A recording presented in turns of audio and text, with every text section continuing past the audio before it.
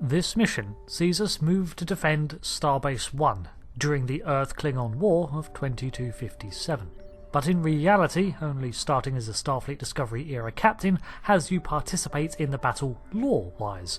For every other faction, Klingon, Contemporary Federation, or in Hale's case, TOS intro, they experience the Discovery arc through the holodeck, researching the events as a captain of that time for reasons that will become clear. If you started in the Discovery era, you receive this hail from Admiral Kensington, who is at Starbase 1 at the beginning of the year. Starbase 1 has been attacked by the Klingons. Though they have repelled the first wave of attack, it is highly likely that more Klingon forces will resume the assault soon. We need you to assist Starbase 1 and defend it from Klingon attack immediately. However, just for the sake of Admiral Hale's internal continuity, I'm going to blend these two missions together, picking up the final mission of that era as a holodeck simulation, because that worked so well for Enterprise. The arrival of House Mokai forces from the past is a cause for concern. Ja'ula is a controversial figure, and we need to handle the situation with caution. The wrong move could spark an interstellar incident, and after recent events, that's the last thing anyone in the Alliance needs. I've arranged a simulation for you. I want you to experience Ja'ula in action. Get an idea on how she thinks and fights. You might be facing the real thing soon enough. I want you to be ready if that happens. So, head canon aside for now, let's get into the final mission of the Klingon Federation conflict. Well, that one, anyway.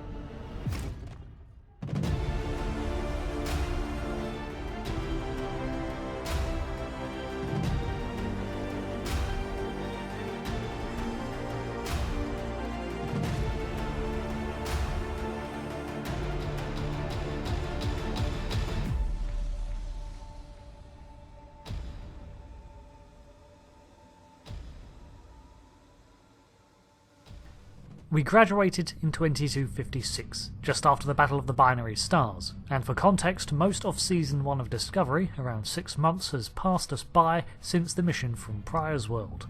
We are now about to take part in events immediately before the fall of Starbase 1, which is just before Season 1, Episode 14. Starbase 1, not to be confused with Earth Space Dock, is unusual. It is only 100 AU from Earth based on a line uttered in the show, which puts it about twice as far out as Pluto from our Sun, but is still within our solar system. Strange thing is that Starbase 1 is in orbit of an unidentified planet or planetoid, so what's that about? Is that the 10th planet? Unfortunately, I don't have any answers because it's literally not explained. However, Starbase 1 in Apocrypha has had a turbulent history and been rebuilt several times. It apparently makes a tempting target because it was destroyed during the Romulan War in the 22nd century too, and has been repositioned several times due to conflicts throughout the years. This iteration sees it with a crew of 8,000 souls, and it is a design that would be replicated as a standard layout over numerous other starbases. It has both a civilian and Starfleet presence aboard. Glad you could make it. There's a little time and plenty to do. I trust you see the enemy vessels near your position? Aye, we have them on sensors. It's only a couple of bird of preys, but with Klingons, who knows? Deal with them. I need you conducting rescue operations as soon as possible, and the Klingons won't let you do that without a fight. Understood. Hale out. It's worrying that the Klingons have made it this far. Seriously, they could make it to Earth at a leisurely impulse at this rate. We can see that the fleet that was to defend Starbase 1 has already been defeated. However, numerous vessels do remain, some docked at the station, others adrift. But the Admiral's right. First, we're going to have to take out these interlopers before we're allowed to drop shields to transport survivors.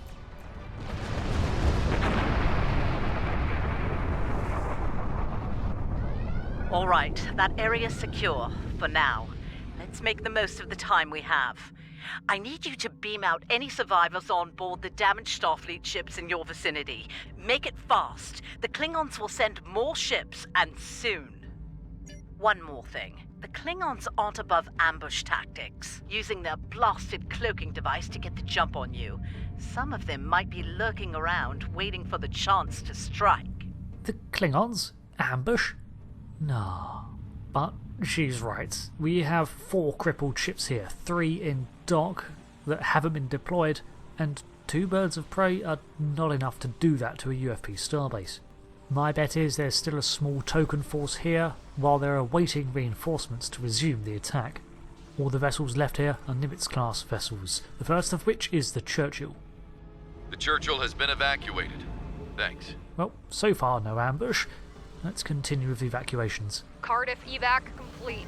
All hands are safely away. Macedonia reporting. Evac is complete. We owe you one. As we close in on the Vancouver, Kensington's prediction comes true.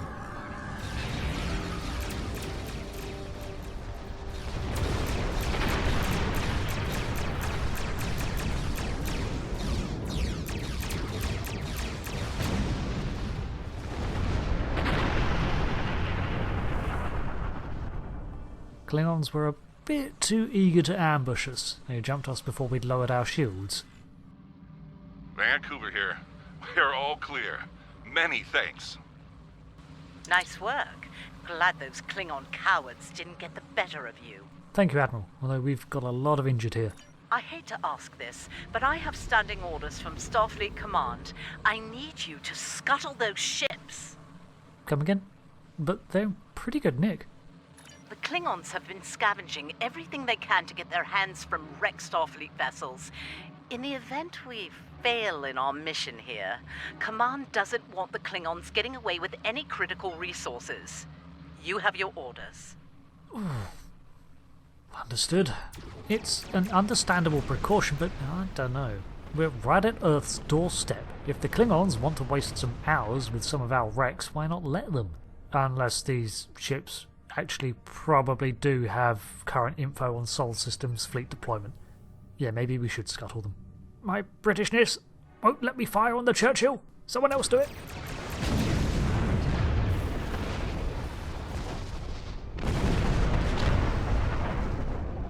Oh, well, now I have to blow up Cardiff.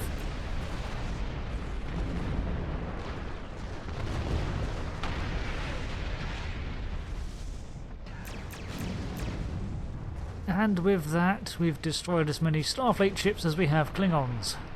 Yay. Hard thing to watch, but it had to be done. Agreed. What's next then, Admiral?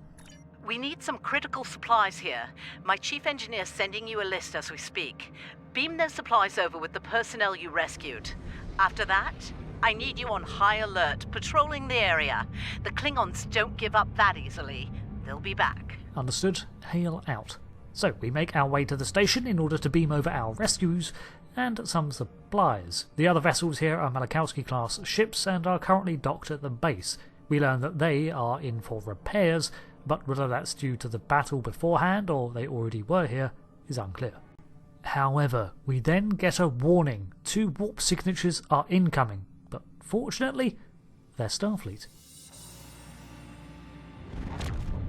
Surely you didn't think we'd let you seize all the glory here. Not at all. Captain Tran, it's good to see you. And you. My chief engineer isn't too happy right now, but we made it in one piece. We came as soon as we could. Wish it were under better circumstances. Ticonderoga's ready for battle. Glad to see the Ticonderoga back in action. We've got your back. The Ticonderoga and Sabrova are the 2 vessels who accompanied the Pleiades on its first mission and covered our escape. Glad to see they managed to survive. You're doing good work out there. The personnel and supplies you've sent might make the difference here today. That said, I have bad news. Our long-range sensors are picking up a Klingon force heading our way at high warp. They'll be here soon. Get ready for a fight. Yes, Admiral. Remember the lessons we learned in battle, especially at Corvan 2. They'll be preoccupied with conquering the base. We can use that distraction to our advantage. So, it seems this is wave 2 of their assault. It's a shame we can't yet tell which houses we're up against. We know how they fight. Don't expect mercy. It won't be coming from Klingons. Hit them fast and hit them hard. And captains, it's been an honor. Good fortune to you all. And to you, captains. Klingon attack ships on sensors. Fire at will! This assault begins immediately, and vessels continually warp in from every angle, except from the direction of Sol. And as Strand predicted, they go after the station first. We're taking heavy damage here, Captain. While the station's their initial target, firing upon them soon draws their attention back towards us.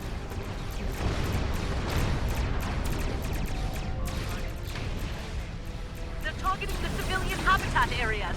Stop them! The battle is fierce, but so far only the smaller Klingon ships have made their presence known. It seems this force is either too eager to attack, or they're trying to soften us up before the main host arrives. Eventually we drive off, or destroy all of the attackers, and the system falls momentarily quiet. Captains, we're reading more Klingon ships on our sensors. A lot more. This is it. They're making their big push. Our initial predictions are not good. I've given the order to evacuate critical personnel and the injured. We're loading as many as we can load onto the ships docked here. They're too damaged to fight, but they're all warp capable. Understood, so I guess we're providing cover? I need you to draw attention from those ships when they disembark. Buy them the time they need to get to warp and to safe harbor. I'll consider them covered. Without much delay, the Klingon attack resumes. It really was only a momentary lull, and this time they have bigger ships and more of them. We begin by going after one of the larger vessels, but we have to break off to defend the evacuation ships. The Decatur is underway. Keep the Klingons distracted. The Subrova uses its tractor beams to literally shove the attacking vessels out of the evacuees' path. Clever. Attention all hands. The Admiral has launched. Good luck.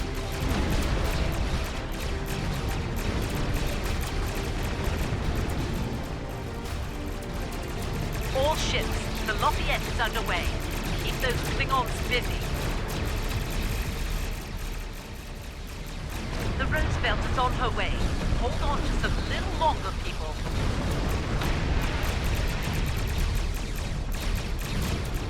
The Pleiades has taken a lot of damage in defending these ships, which is fine with me, because if they're shooting at us, they're not shooting at the more vulnerable ones. Just a few stragglers left. Deal with them. This is what you call a few stragglers? There's a bloody war going on out here. Unfortunately, today is not fated to end well, and more ships are inbound.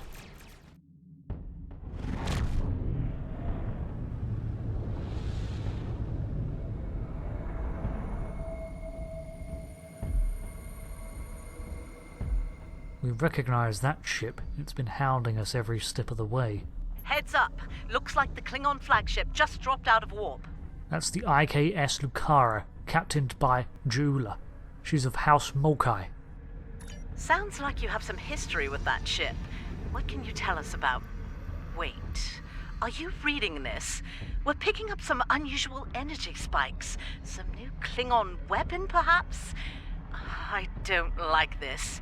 Take the Lucara out of commission before it gets into weapons range. Alright, full power to impulse, I guess. We've got quite the distance to cover. I see you still draw breath, Starfleet. This pleases me. I'm going to enjoy breaking you. The Subrova and Ticonderoga form up behind us. You need to stop the Lucara, now! We draw into weapons range and let her have it. However, the Klingons are far from done with our station, and soon more vessels warp in, completely bypassing us as we moved off to engage their flagship. You're a believer and a fool! Enemy fleet on sensors. It's House de Gore. We're under attack. We'll help Starbase 1. You deal with the Lucara. With that, our wingmen pull away to engage the fresh fleet, House de Gore and House Mokai. Looks like the Klingons are beginning to get their act together. We manage to hold our own against the formidable warship, but get caught in a tractor lock. Unfortunately, we're too slow, and whatever energy reading we were sensing suddenly spikes.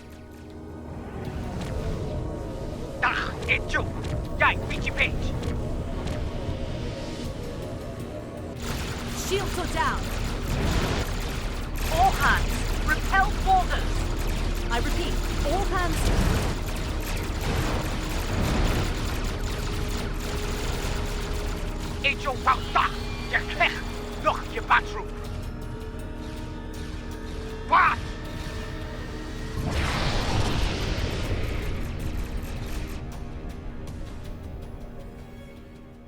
The Pleiades, the Lucara, and the rest of the House Mokai fleet vanished that day.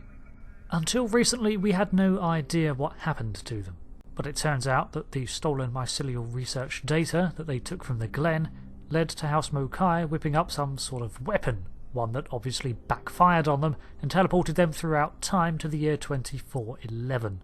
By the time the Discovery arrived on the scene with Admiral Cornwell, the battle was over and Starbase 1 had fallen. However, the House Mokai fleet had vanished, leaving House Dagor to retreat without their reinforcements, but not before they graffitied the station as a warning, it seems. I think you have an idea who we're dealing with now.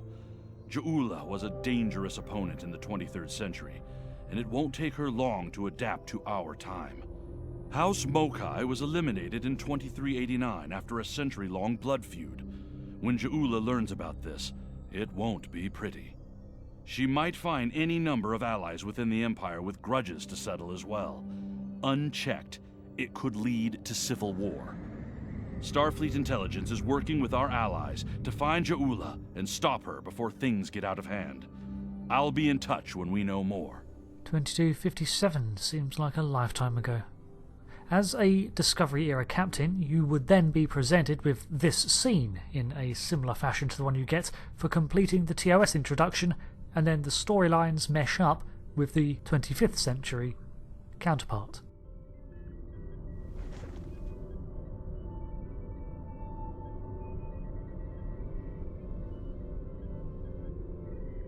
Take a moment. You've had quite a day. My name is Daniels. I'm here to help. Ja'ula's weapon used unstable mycelial tech, stolen from the Glen. When she fired it, it caused a massive temporal disruption. Everyone in the blast radius was thrown forward in time to the early 25th century. You, your crew, and a number of House Mokai ships, including the Lucara. They're currently at large. Unchecked, they're a danger to the timeline. I'd like your help in dealing with them. Officially, you were listed as killed in action. I'll help you fully integrate into this time period. That mycelial tech is dangerous. We need to stop Ja'ula, and soon. I'll be in touch. From here, the missions are the same, with some specific dialogue changes. But for my own captain's story with Admiral Hale here, well, my headcanon is that although he graduated in 2256, he was present for everything except the battle at Starbase 1. Ergo, he was not teleported to the future here. Over the next few years, the Klingon War ended, and his temporary command of the Pleiades ended with it, but with a promotion to a full lieutenant, and then lieutenant commander in the next decade, eventually becoming the XO to Captain Garrett on the first USS Armiger. Of course, then the Battle of Caleb happens, and he is inevitably brought from 2270 to 2409 by Daniels anyway, but I wanted to experience the history with Ja'ula and show it off in a unique way. So, there we have it. The Star Trek Discovery introductory missions are at an end, but the emergence of House Mokai into the current 25th century climate is going to shake things up. After all, it was only a few years ago that the Federation was at war with the Klingons again, and the Klingons famously don't do well at peace. But that is a tale yet to be told, and the subject of the next part of the Star Trek Online story series. And thank you for watching this far. I've been Rick, and I hope to see you again as we continue to explore the ever-retconning, shifting, changing, adding narrative of Star Trek Online. Until then, thanks again, and goodbye.